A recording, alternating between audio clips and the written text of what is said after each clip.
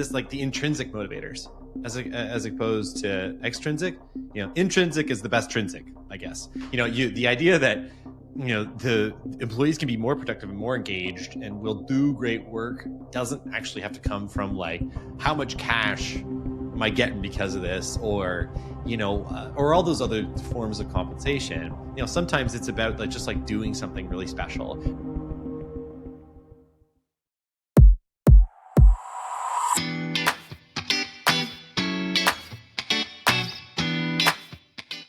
Sometimes employees can be stubborn, and whether or not that's a bad thing really depends. In some cases, that stubbornness is actually disguised passion. There's something they're good at, they understand, and know could help move the company forward, if only those pesky founders would listen. It's time to swallow your pride, give your employees autonomy, and ride the employee passion bus to Startup Glory Station.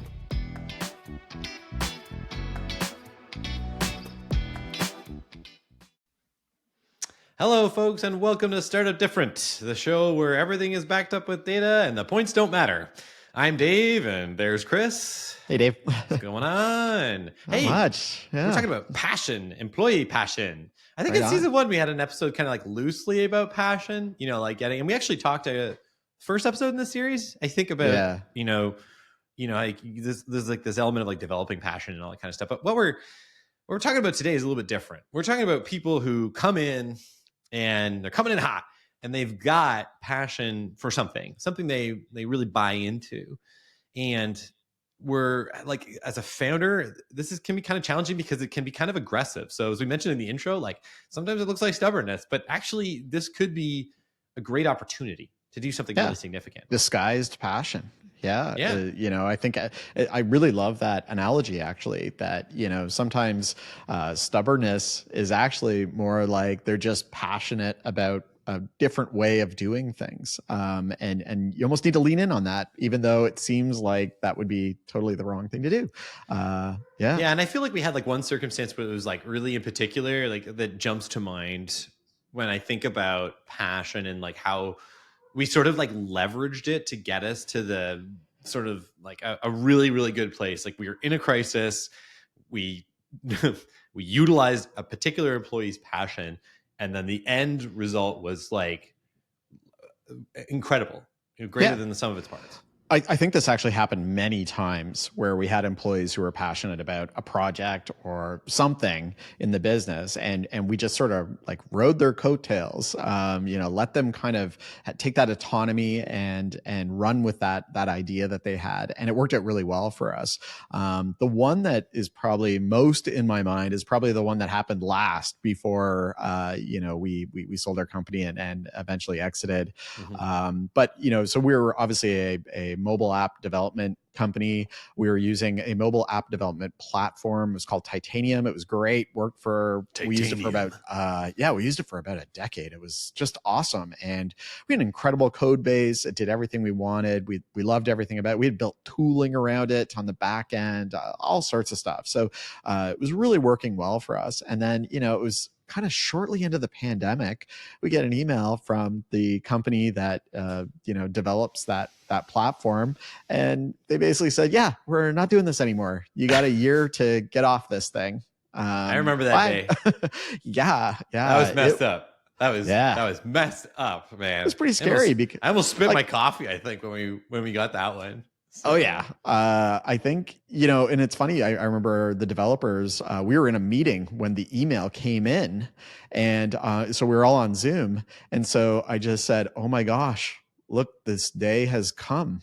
And I showed the email, and honestly, we weren't that surprised because we kind of felt like they had sort of the company that developed the platform hadn't really done a ton with it in the past couple of years. They were kind of just like riding it out. So we kind of thought maybe this was coming.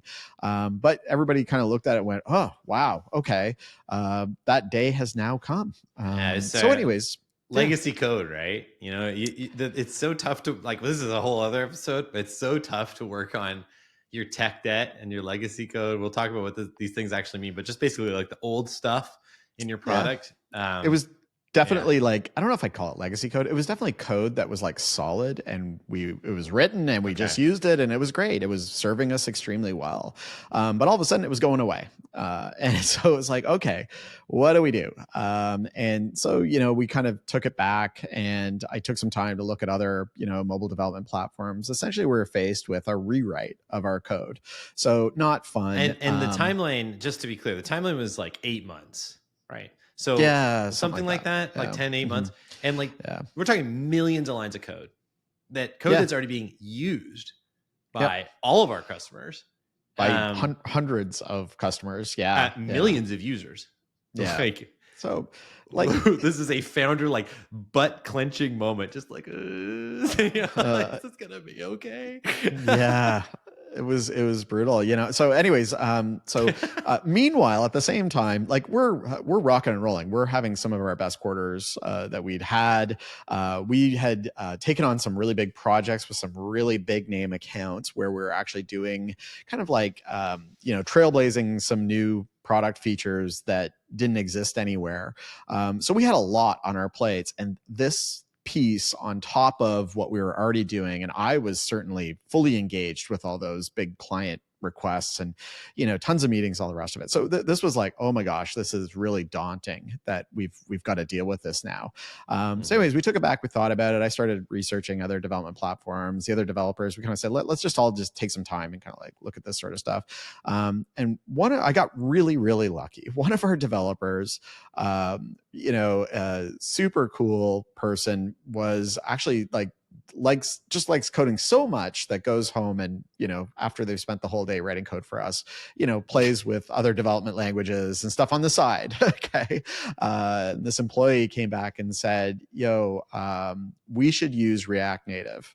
And I gotta be I think it started with and I was kind of like, well, yeah, but this is an opportunity. We could use .NET for the mobile development because our backend is .NET, and maybe there's some opportunity there. As React Native was JavaScript based, a little bit different. But this employee was pretty stubborn in a good way that React Native was the way to go. And she did a presentation for the rest of the developers and just knocked all our socks off. And in fact, had already built some of our mobile app platform in this platform. It just blew our minds. Cool. Obviously this is going to work. So it was a great opportunity. So in my mind, I'm slammed with all these other projects, and I basically got served up the greatest softball ever from a decision standpoint, was to just say, hey, to this developer, you're really passionate about this. You know what you're doing. I'm going to kind of put you in charge of this project and how we're going to migrate our mobile platform over. And she took the ball and ran with it, and it worked out incredibly well for us. So this is kind of like this, stubbornness about using React Native, which was actually disguised passion for the right way to move this company forward. And we benefited tremendously from that decision, and that person having that stubbornness and having that passion for that particular program. It's interesting. There's a couple of things I think of. So first off is, kind of setting the table here again is I kind of think that on the one hand, this does sort of tie back to the importance of giving employees autonomy. So, in this case, we had somebody who was very passionate and very, very talented at coding. It shouldn't be understated, though, that this was by far the biggest thing that they had ever taken on with us. I mean, how could you possibly have a project bigger than all of our mobile code? You know what I mean? That's about as big as it's going to get. They had, she had written modules, she had done other stuff, but we'd never, and actually some of those modules were really good, but this was an order of magnitude larger. Yeah. But the passion that she had kind of made you feel, and of course, I guess this presentation, which I didn't know about, by the way, I guess I wasn't invited to that meeting. That's weird. Nope. But no, absolutely not. The sales doesn't get to go into the developer meetings for good reason. But anyway, that's interesting to me because it was like a double leap of faith on the programming language that you didn't know that much about, and also on providing them with the empowering them to be able to go and do it. Yeah. Absolutely. And the other stretch here was it wasn't just like writing the code. She was also planning out the migration. So the other developers were essentially getting PBIs, or product backlog items, that were designed by this developer that had that passion for React Native. So it was an employee that not only did an incredible job writing code, but also did an incredible job at managing that project going forward. So it was just a great experience. I think it also kind of dovetails into, so this is like a true kind of like pivot moment. So I kind of define pivots as a situation where like a market force or competitors are sort of forcing you to do something. So in this case, we were being forced to move off of our old platform and now to a new one. And I think that, aside from the passion, just for just a second, is that there's a myth here too, that CEOs or CTOs or whatever need to make all these like big decisions, and that they have to be strong-willed and push in that direction, that we're going to do it and we're going to go execute it, we're going to go out there and get it. But the reality is that these crises, because pivots are generally crises, they rank in scale and size and order of magnitude. But again, there's something where your business is sort of being coerced into doing something. These are actually opportunities. There's good crisis-tunity, for your people to take it on and sort of like, and in this case, leverage the passion of somebody who really cares about it and move the company forward. And I think there's like a trust level here too. Oh yeah. I'm always so, sure. I find micromanagers. I don't think I was. Well, App Armor team, let me know. But I find micromanagers crazy because like you hired these people, right? Implicitly, you trust them. Otherwise, what are they doing there? If you can't trust an employee to do a good job and do the work that they're supposed to do, then they shouldn't be there anymore. Like it's kind of like it's like the base level foundation of this whole thing. So they can, any employee can and will contribute, and particularly those that are passionate about something and leaning into their passion, they're going to deliver like exceptional results 99.99% of the time. 4 nines. No matter the seniority or experience of that person. Yeah, I think it definitely helped that this employee had been with us for a while and had demonstrated that they could crush, tough projects and things like that. So there was a trust level as well. But I wasn't initially sold on this idea. It wasn't the direction I thought we were going to go, but it was apparent to me that this person was very passionate about this, and it was a really good opportunity for us to just kind of like ride their coattails through this project. Wait, were you didn't know? Like, is it because you didn't know? Like, is that like you didn't know much about the programming language? I didn't have as much research time into it. You doubted the coding platform. Basically. Yeah, I saw other benefits of going a different direction, but in retrospect, I think I was wrong, and I think I can admit clearly. That.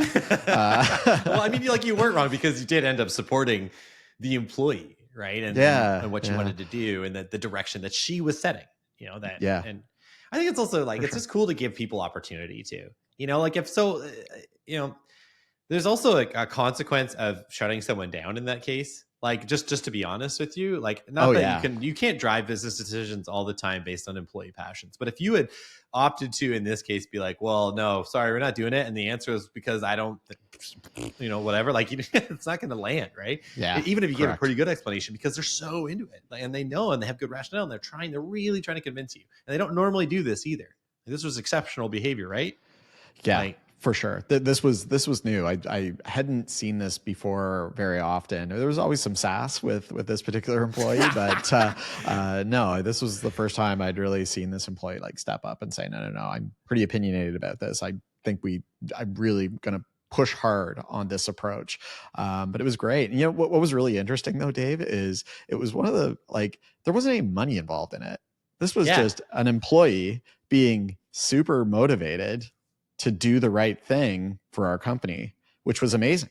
And it wasn't like, there was no like bonus or anything like that involved in this. Obviously we're paying them well and giving them raises and things like that. So like money's always in the background, but it wasn't like directly tied to some sort of like finance. Like I didn't have to go and say, well, I'll give you a bonus if you do this or whatever. They were just like, no, this is the right decision for our company, which was just a breath of fresh air.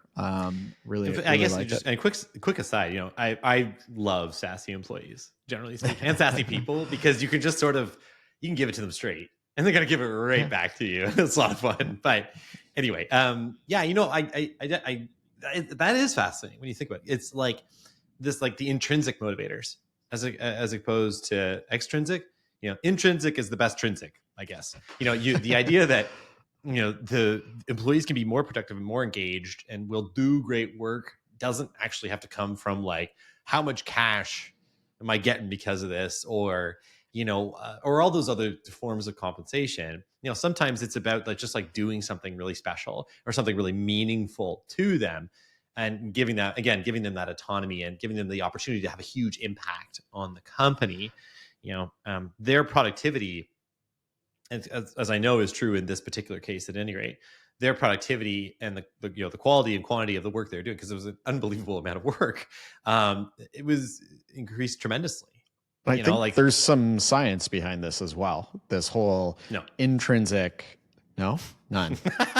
Absolutely not. Intrinsic motivators, you know, whatever. What do you got? No, actually, we did dig up some science behind this. Actually, some kind of old research from 1985. Apparently, it's been verified more recently, but 85.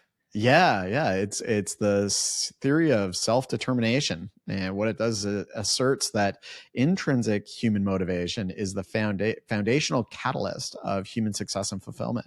So, you know, those real, you know, that internal, you know, desire to have that autonomy to push a project forward using the programming language that you're really passionate about, is much more motivating than, you know, just a bonus or a raise or something like that. Those extrinsic things. So that's what it's about, is that autonomy that I think some of those employees are really like looking for in their job. Right. Yeah. And I guess it's like, you know, autonomy is also a bit more nuanced though too, right? Like it's not, you know, it's one thing to just be like autonomy, like just run wild. Like this was very structured, and this was in a very like reasonably specific circumstance. You know, like, so I think if I recall from this piece too, there were like 3 components to like having like legitimate, I guess, autonomy, which is. Yeah. Do you recall that too? Yeah, sorry. So self-determination is really made up of those like 3 things. It's like the autonomy. I see. Being the competence, okay, so being good at it. So obviously it's like thinking of our developer, they're very competent at it.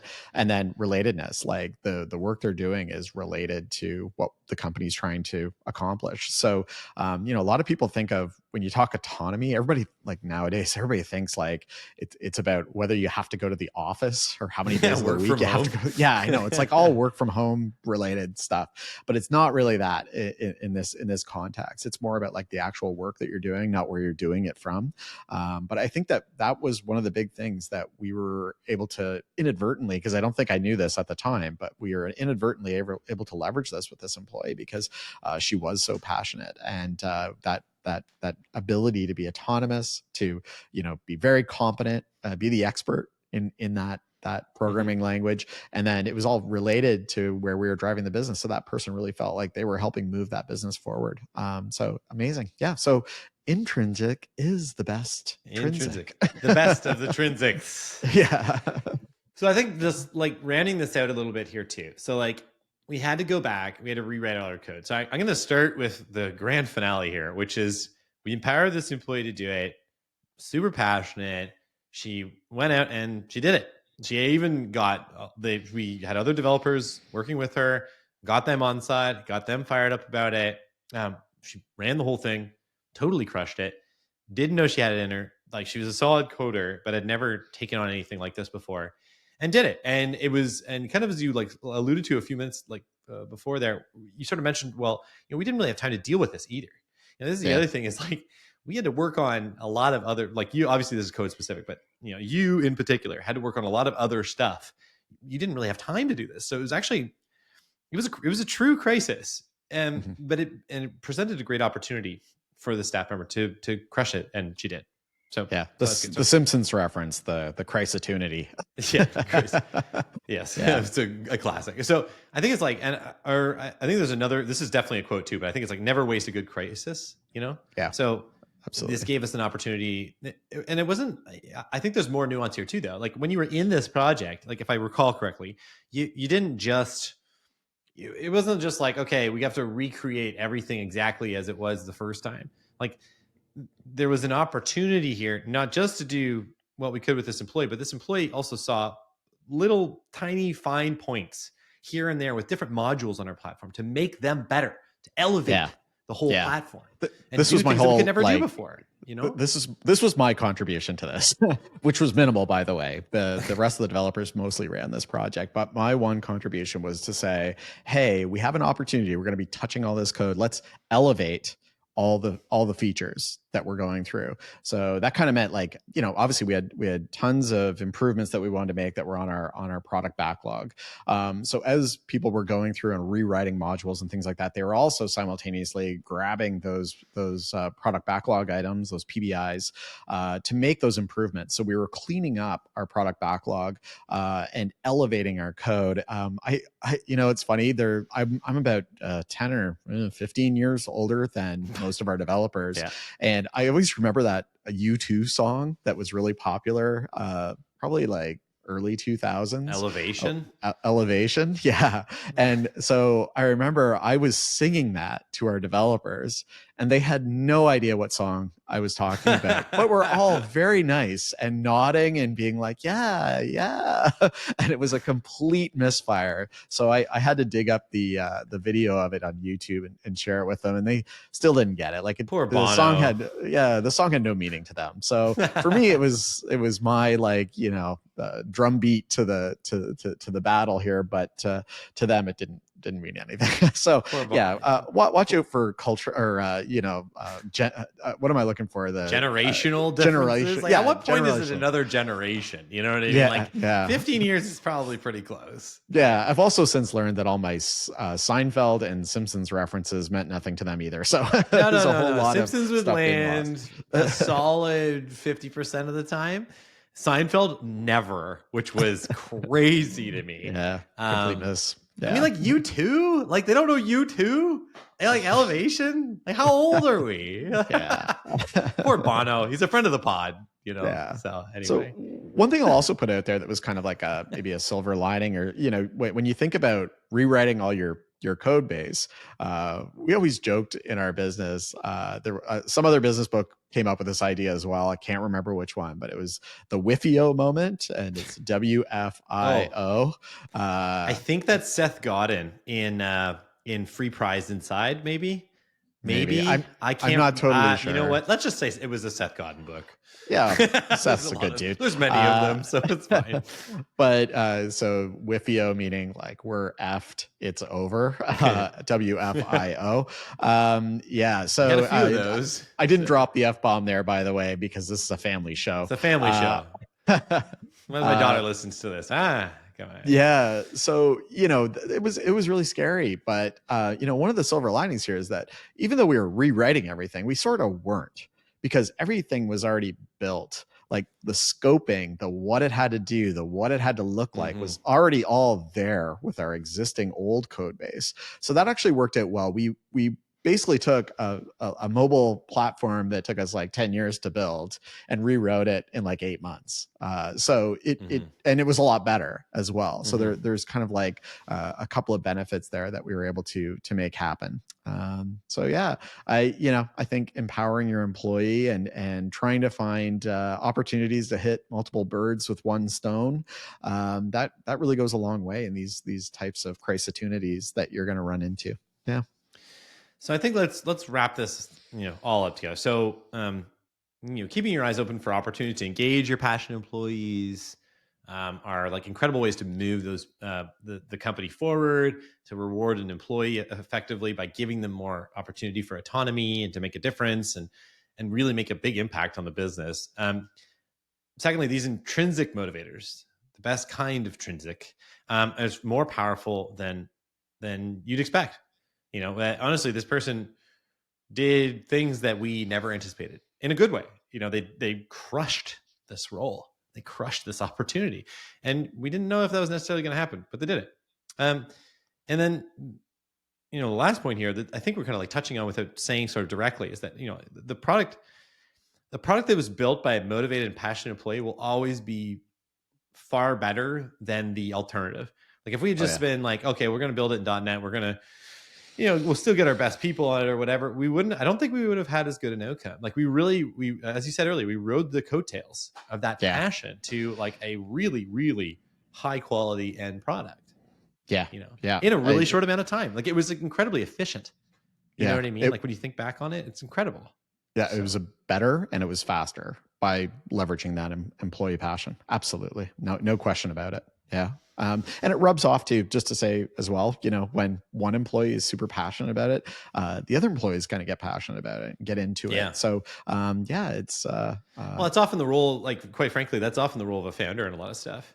If you're a founder, just as a quick side note, if you're not like passionate about what you're doing, you're kind of up there just going through the motions. So your employees are going to mimic that pretty fast. If you're starting to show like, hey, I'm pumped up about this thing, or, by extension, you're pumped up about the employee that's putting all this time and effort into the passion that they're working on and delivering, everybody's going to get behind that, and that's all of a sudden it's a team victory too, as much as it is just for that one person. It was a breath of fresh air because as like the CTO, I was having my dev meetings with our developers and I'm always trying to be like, kind of like the cheerleader, like, hey, let's do it. All excited and stuff like that. In the pandemic, it was hard. It was tough. Yeah. And this was a breath of fresh air because here's another employee who is super passionate and I can just kind of be normal for a second and enjoy their, just for a second. I'll be normal. A minute. But I could really like ride the coattails of that employee. And it was just a breath of fresh air. It was such a relief. It was a weight off my shoulders. So it worked out incredibly well. Okay, folks. So that's this episode. Coming up next week, we'll be talking about burning out employees and how that blows. So that should be a lot of fun. That's actually the final episode of this season and also of this series. So it will be kind of wrapping things up on that topic. We're looking forward to it. As always, rate the pod and find us on social, do all those fun things online. We're looking forward to it, and we will see you next week.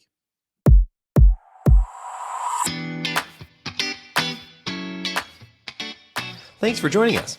If you like what you heard, subscribe to and rate Startup Different in your favorite podcast app. If you want to see our radio faces, check us out on YouTube at Startup Different and look us up on social. We're probably there if you are. And lastly, do you want to feature your startup on the show? Reach out via our website, startupdifferent.com. See you next time.